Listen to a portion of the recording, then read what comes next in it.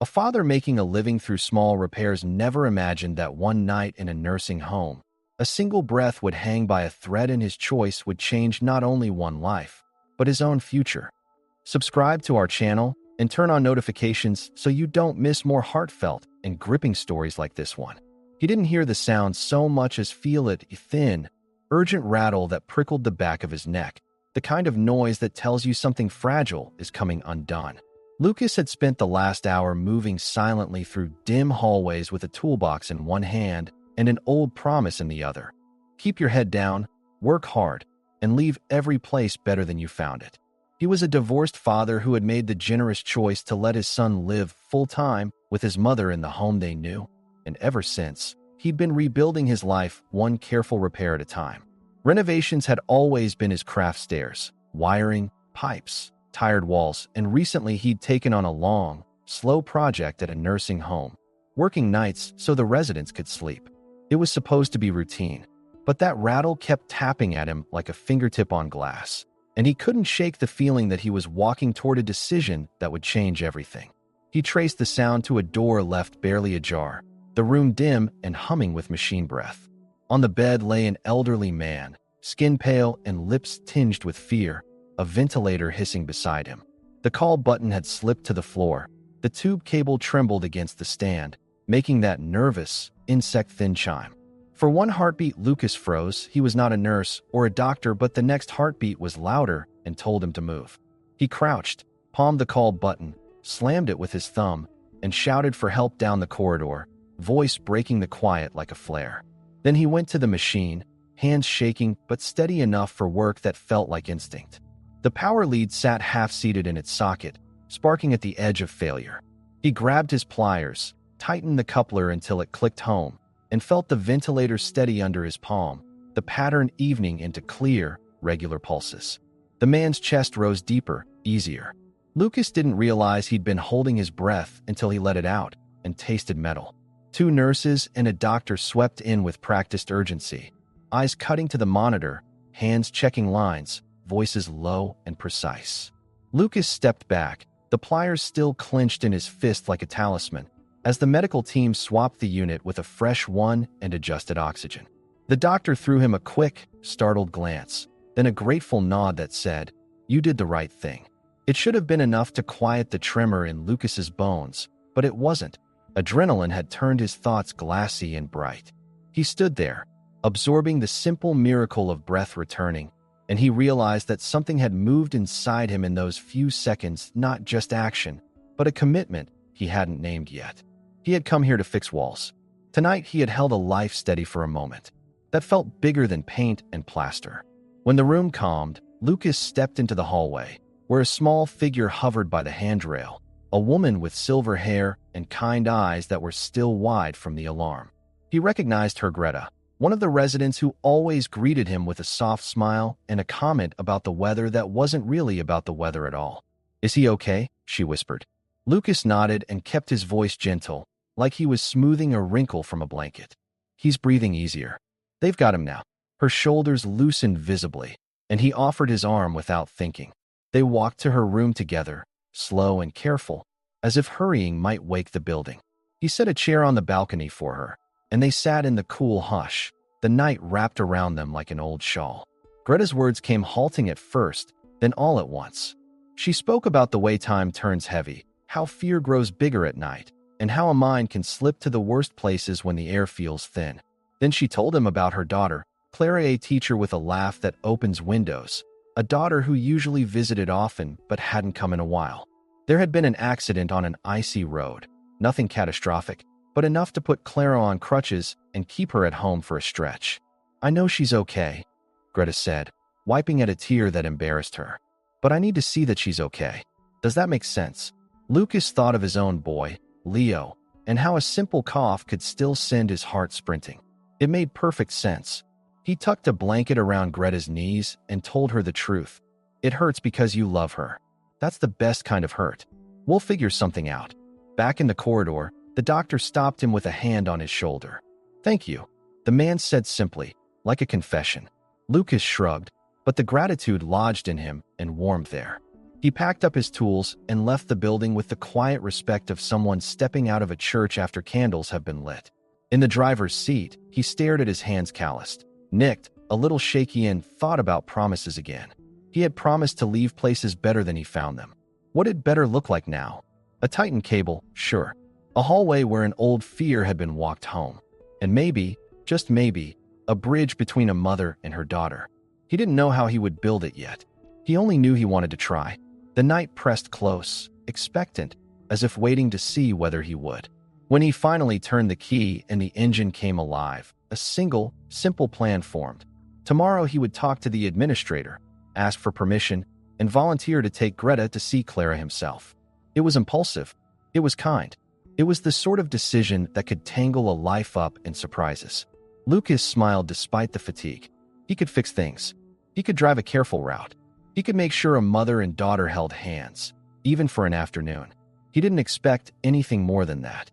But the road ahead had its own ideas, and by the time the sun lifted, it had already decided to cross his path with a woman whose voice would feel like home. Morning brought the varnish smell of fresh wood and the quieter confidence that follows a hard night survived. Lucas arrived early, hair still damp, heart oddly light, and asked to speak with the administrator. He told the story humbly and quickly, how he'd heard the rattle, what he'd done, how the nurses had taken over, then pivoted to the thing that actually kept him awake: Greta's aching need to see her daughter. The administrator listened with her hands folded, a crease of worry smoothing as he spoke. Liability, procedure, transport protocols, these things hovered in the air like unseen rules, but Lucas met each concern with plain solutions: signed permission, doctor's notes, a specific time window, medication schedule, his own references. He had learned over years of bids and building codes that you start with care and end with details. Finally, the administrator exhaled and nodded. If Greta's doctor agrees and her daughter consents, you can take her. That was the moment possibility turned into plan.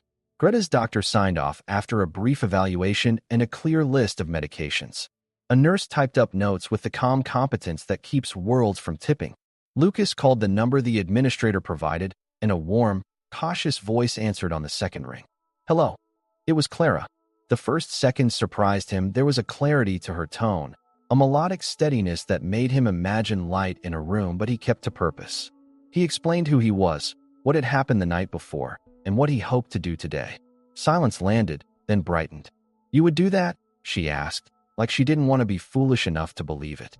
Of course, he said, and realized he meant it in a way that included more than today. They picked a time, coordinated building access, and agreed to keep the visit gentle and short. When he ended the call, he looked down and saw his hand still curved around the phone, hesitant to let go of the sound of her. He walked the hall to Greta's room like a man carrying good news wrapped in tissue paper.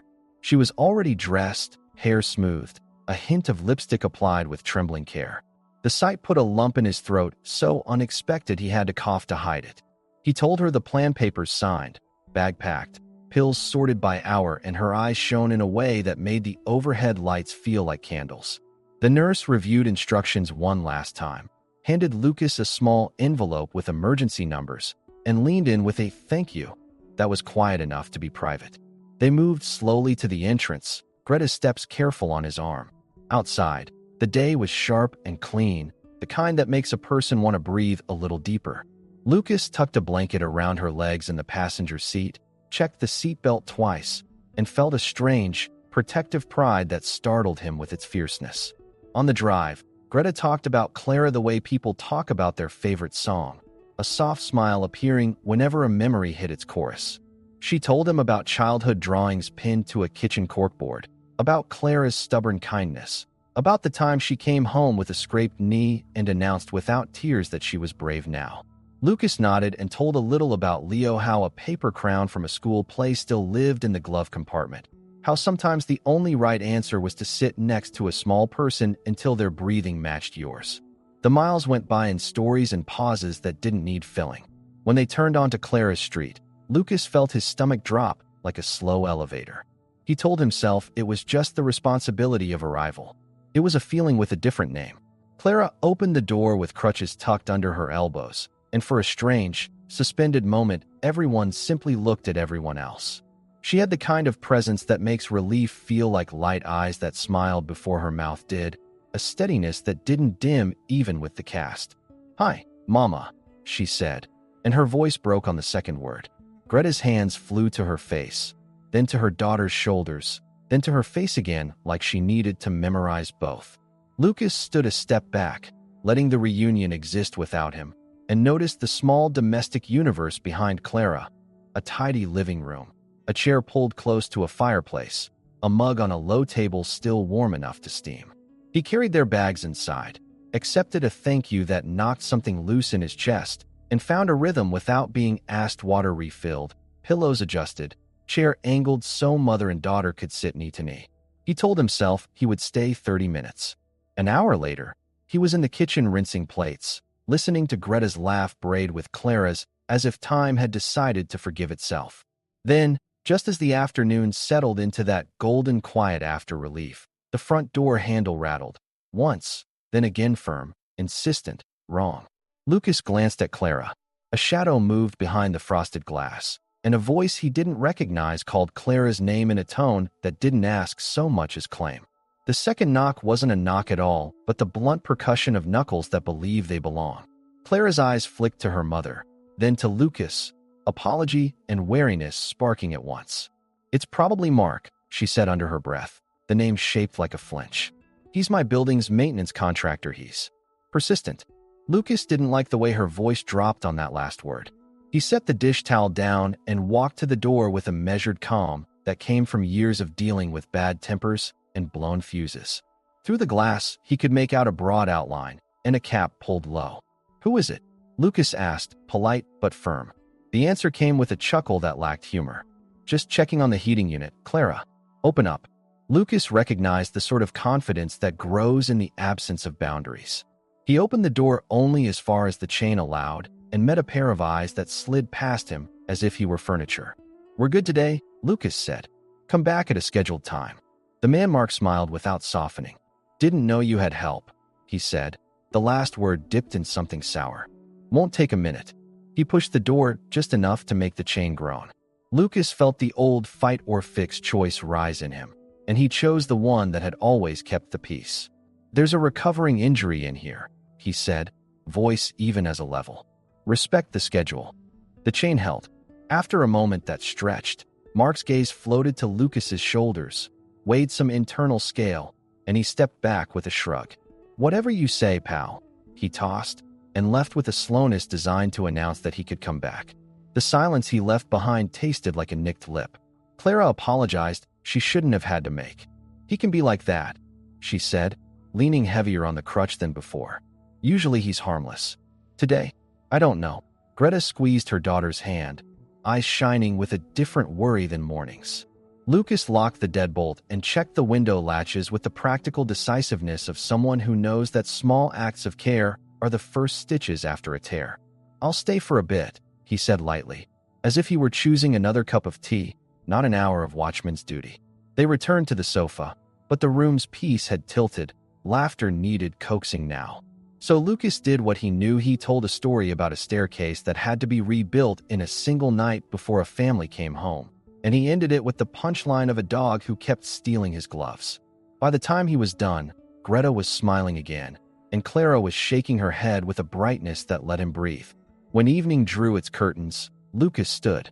"I should give you time," he said, "but I'm close by if you need anything."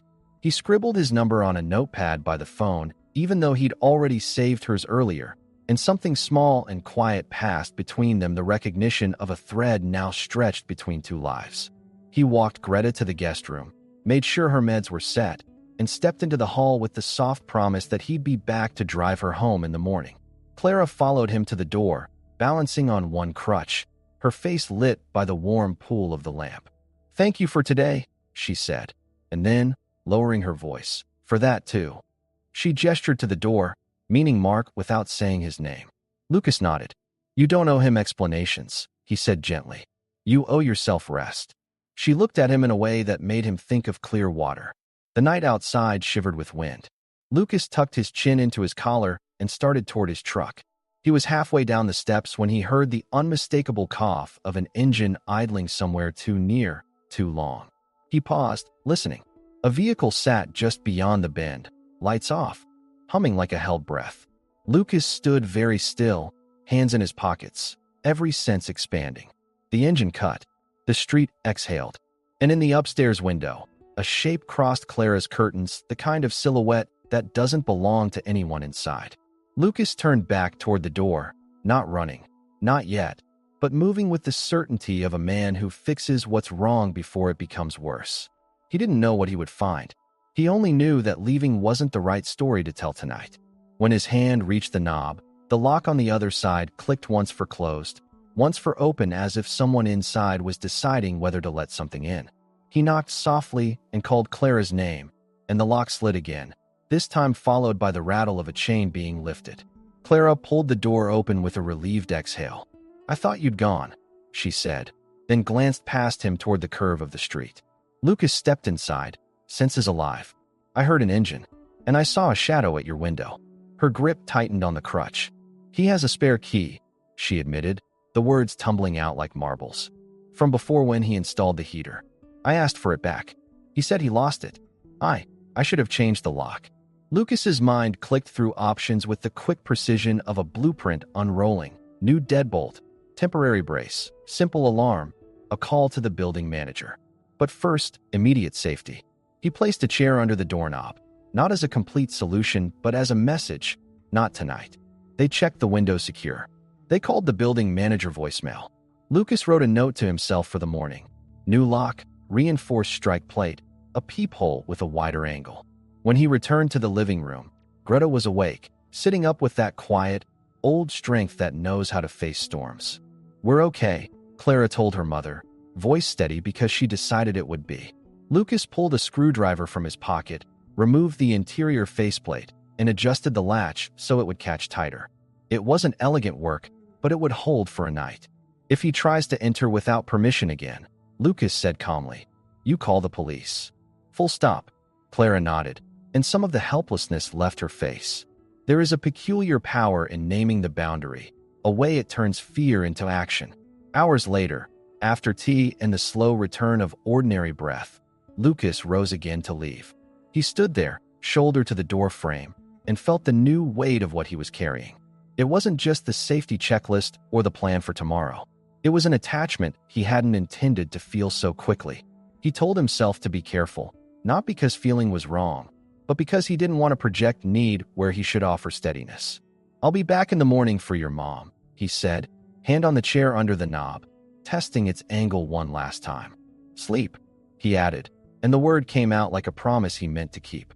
Back in his truck, the dashboard clock surprised him with how much night was left. He started the engine, checked the mirror, and saw a movement 2 cars behind it, a shape lowering into a seat, a door closing with exaggerated quiet. He pulled away slowly, heart tapping, and took a circuit he wouldn't normally take, looping the block to confirm what he already suspected.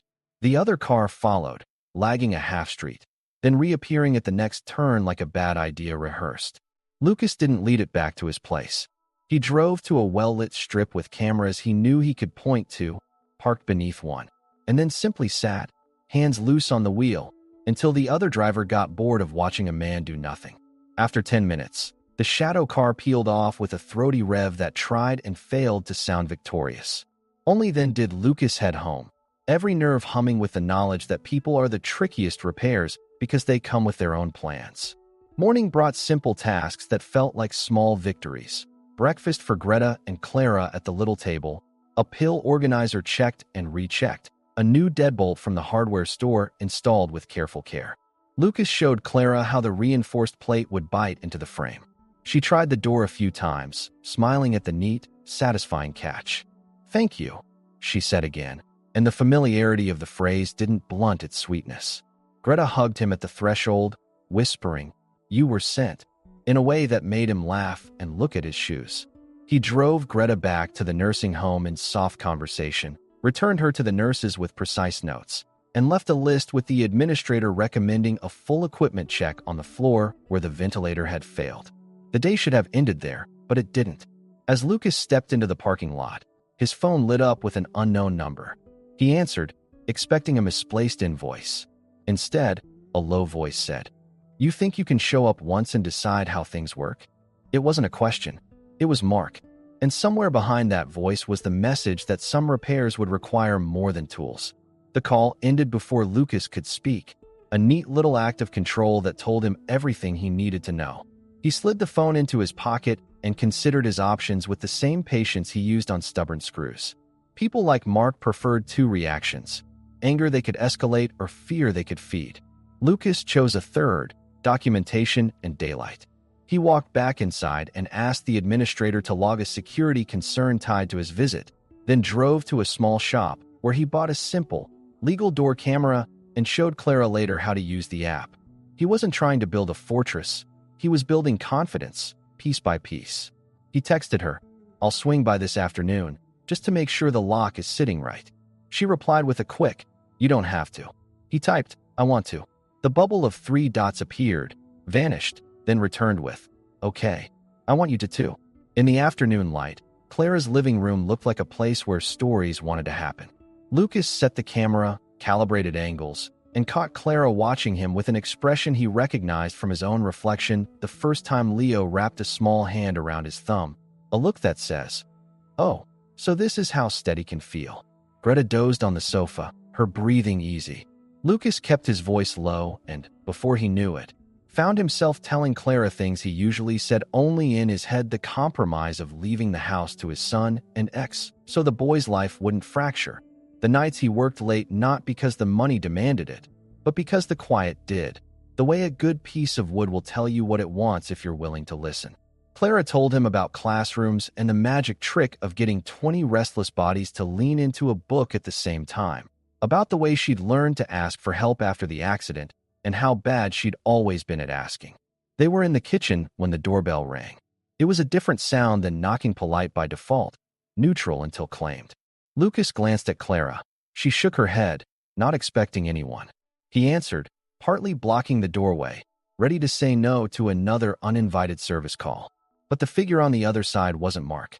A woman stood there, middle-aged, tired in a way that comes from trying to keep up with someone else's moods.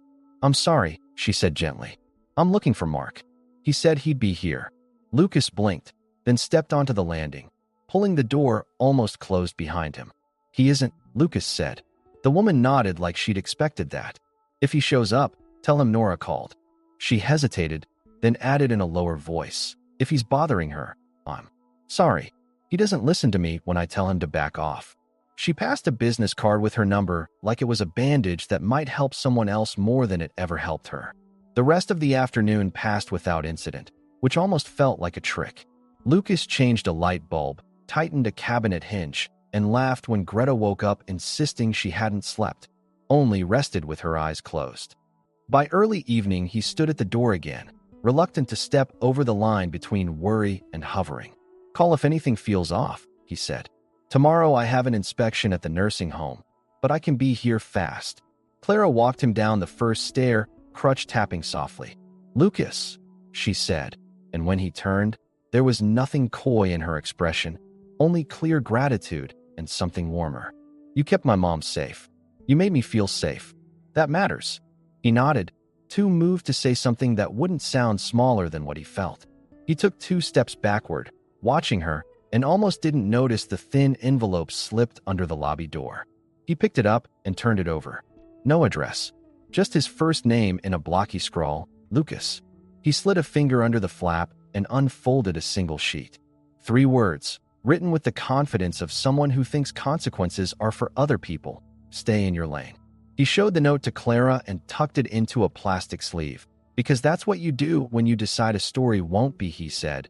She said, but a row of facts lined up like cleanly laid tiles. "This is good," he said, tapping the sleeve. "Not the message, the record." He texted a photo to the building manager, who replied quickly this time with concern and a promise to escalate. He sent the same photo to the administrator at the nursing home, not because it was her responsibility, but because she had become part of the constellation of adults who cared about Greta. Then he took a breath and called the number on Nora's card. "I think he left a note," Lucas said simply. On the other end, quiet bloomed, then a resigned sigh. "I'll try to reach him," Nora answered. "He thinks rivalry is love." "I'm sorry." Lucas thanked her, because we thank people who try even when they fail, and ended the call. That night, everything that could have gone wrong chose not to. Maybe it was the camera's small, unblinking eye. Maybe it was the way boundaries had been set aloud. Maybe it was luck, which is often just a word we use for work we did earlier. Lucas slept lightly and woke with the sense of a cord vibrating in a different room. When he arrived at the nursing home for the equipment inspection he'd requested, the maintenance team had already started a floor-by-floor review. The doctor who had thanked him now greeted him with a fist-to-chest gesture that meant more than words. Lucas walked the corridors with a checklist and a feeling that something in his own life had moved from reactive to intentional. He wasn't just fixing broken things. He was building safer patterns. When he finished, he stepped outside to call Clara for a quick check-in. She answered with a smile in her voice. No notes under doors. Mom's playing cards with 2 new friends and losing on purpose. They talked longer than a check-in required, gliding from logistics to favorite movies to the exact right way to butter toast. When they finally said goodbye, it felt like a pause, not an ending. Days found their tempo. Lucas and Clara discovered how to fit around each other's schedules without squeezing the life out of the day. He learned the color of her laugh and the way her face tilted when she was thinking. She learned the many ways he knew how to make a space feel like an embrace. Greta thrived on the attention, her energy returning in small, steady increments. On a weekend afternoon when Clara's cast still demanded caution, they met in a park that could have been anywhere and watched Leo kick a ball with serious joy, Greta cheering like a quiet trumpet. Lucas saw the way Clara's gaze softened around his son and felt a future open a little. He didn't tug on it. He just noted the direction and kept walking. No story is all warmth, and this one made room for the last necessary confrontation. Mark approached Lucas in a hardware aisle, where Lucas was considering 2 different finishes for a handrail bracket, which is another way of saying he was thinking about home. You think you won, Mark said, stepping too close. Lucas didn't reach for bravado. He reached for clarity. There's nothing to win, he said. There are rules. You broke them. Stop. Mark's mouth twisted with the effort of not being the center. You going to make me? No, Lucas replied. The camera will. The note will. The building manager will. The police will if they need to. Choose the version of yourself you want other people to have to deal with. Something in that sentence landed not because it shamed, but because it held up a mirror. Mark grunted, grabbed the wrong finish out of stubbornness, and left. Sometimes change is dramatic. Sometimes it's just someone deciding not to knock on a door again. By the time Clara shed her cast and walked without the metronome of a crutch, their lives had braided in ways that felt both inevitable and careful. He was there for the first short walk around the block. She was there the night a storm knocked out power at the nursing home and Lucas organized lanterns like they were stars. Greta, ever the conductor of her own small orchestra, insisted on hosting a dinner the 3 of them would always remember for the way it held everything that mattered: gratitude, second chances, the simple privilege of being alive together. Lucas met Clara's eyes across the table and understood he had not so much fallen in love as grown toward it the way a plant grows toward light. When he walked her to the door later, there was no grand speech, just an ordinary sentence spoken with extraordinary certainty. I'm here. She smiled and answered, I know. Outside, the night made its soft promise again, and this time Lucas believed it fully. No rattles, no engines idling, only the quiet hum of a life finally clicking into place, like a cable seated true and a breath taken all the way in.